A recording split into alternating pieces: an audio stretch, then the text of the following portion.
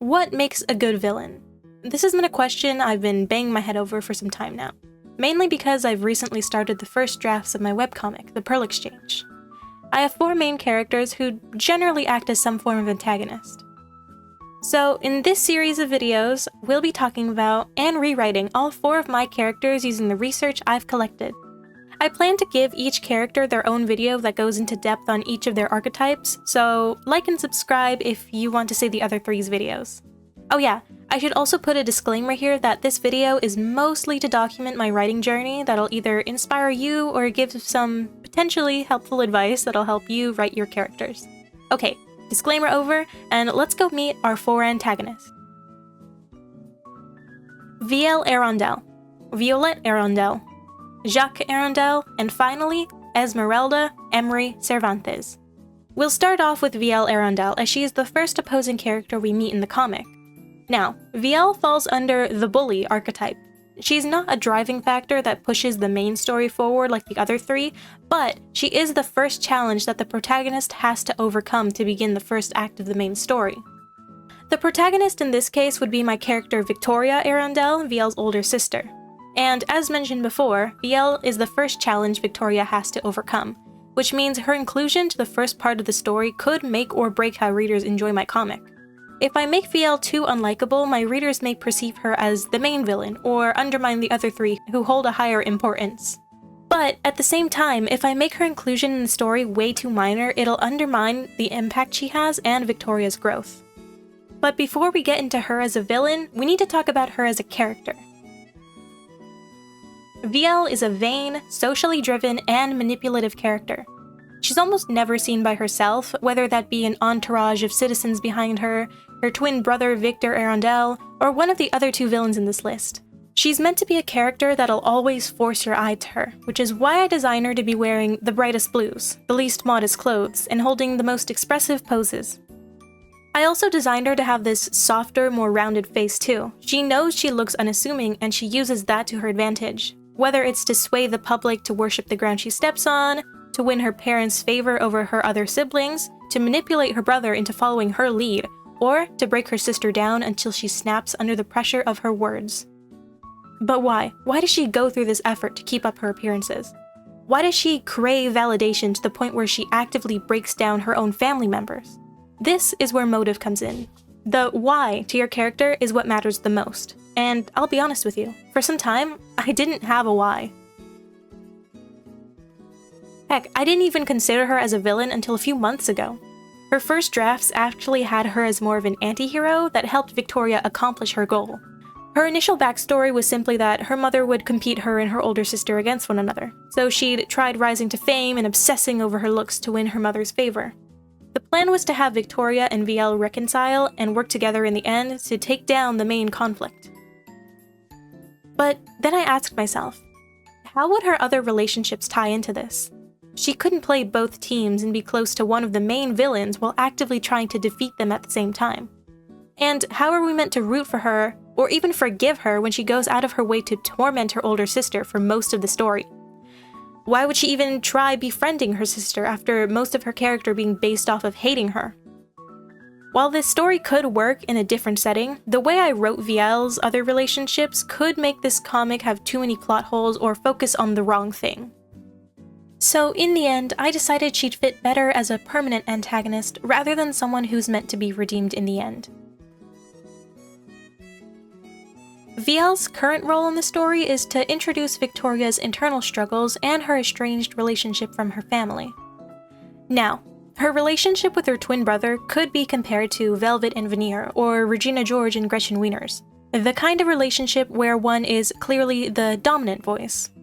Victor's character might be discussed later on, but to put it short, he gets socially anxious, always looks for his sisters for advice, and almost never makes a decision for himself. These kind of traits are exactly what allows Viel to keep him in the place she wants. And whenever he does try to oppose her, she'd play on his insecurities, act passive-aggressively, and give him suggestions that steer him into agreeing with her. The other 2 characters she's often seen with are Violette and Emory, who are getting their own videos later on. Unlike Victor, Viel takes a different approach to her manipulation. She'd play innocent, become a yes man for her mother, and suck up to her while simultaneously putting anyone else down.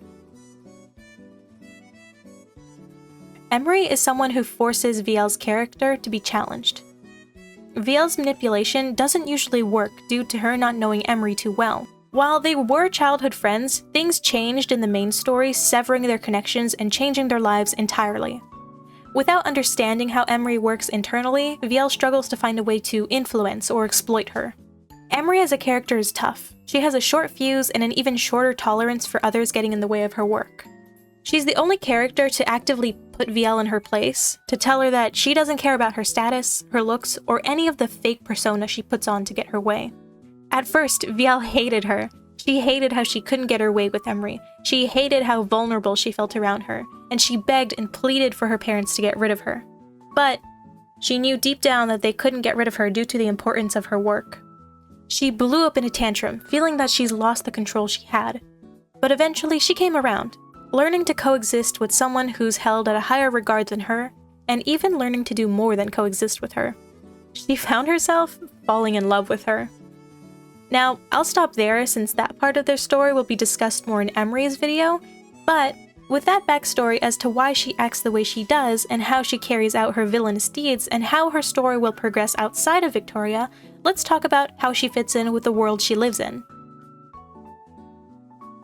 VL, along with the rest of her family, are somewhat celebrities of their time. She represents the beauty behind their city, and she's viewed as a savior who brings the city's cosmetic worries and requests to fruition. A district has fallen under hard times in desperate need of rebuilding.